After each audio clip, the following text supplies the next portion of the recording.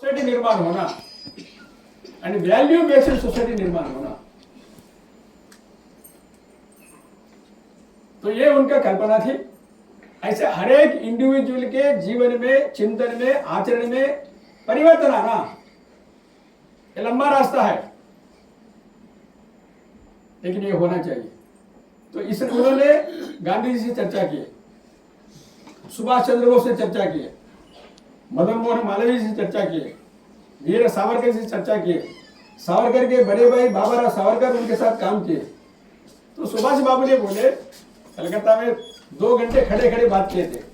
सुभाष बाबू बोले ये बहुत अच्छा विषय है, लेकिन संभव है क्या?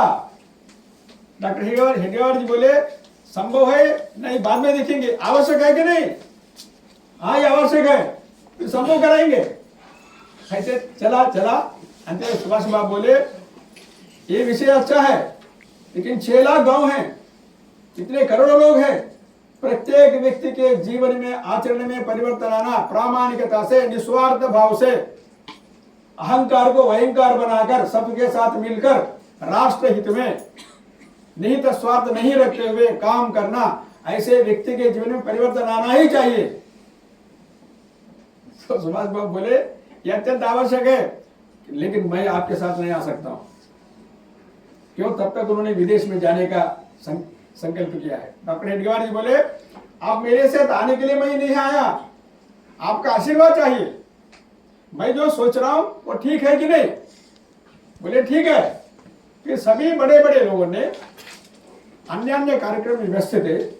डॉक्टर हेडगेवार जी को लगा यह काम मैं करूंगा, इस काम के लिए मैं जीवन समर्पण करूंगा, इसी काम मेरा जीवन का काम होगा। बाकी सब कामों को सम्मान रखते हुए, बाकी सब कामों को सहायता करते हुए, कारण स्वतंत्रता के लिए उन्होंने दूसरी बार भी जेल गए।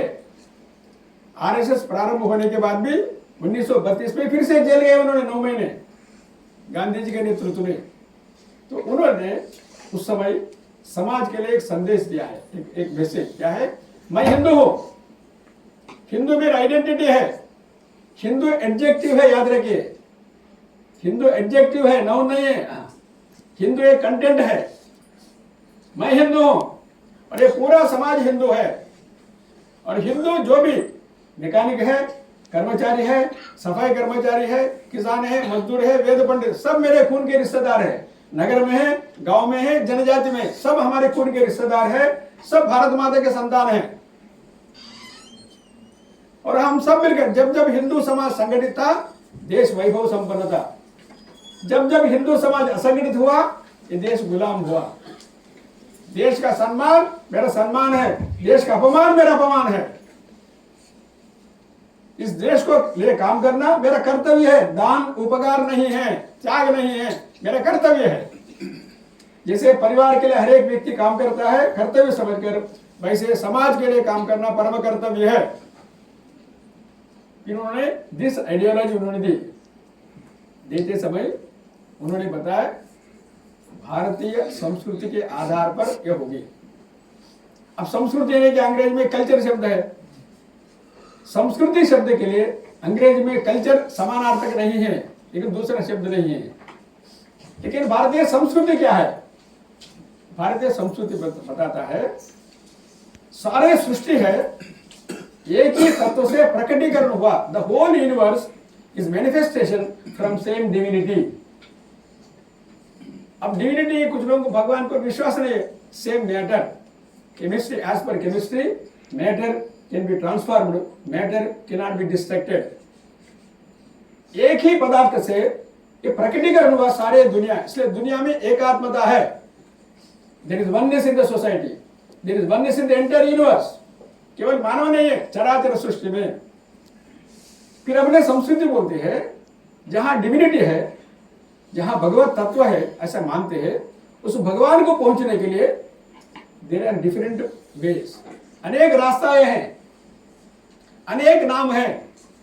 किसी भी नाम से, किसी भी रास्ता से सदाचार के आधार पर सत्य, त्याग, करुणा और तपस्या, सत्य, त्याग, करुणा और तपस्या, इसके आधार पर किसी भी रास्ते में जाइए, किसी नाम से जाइए वहां पहुंचेंगे।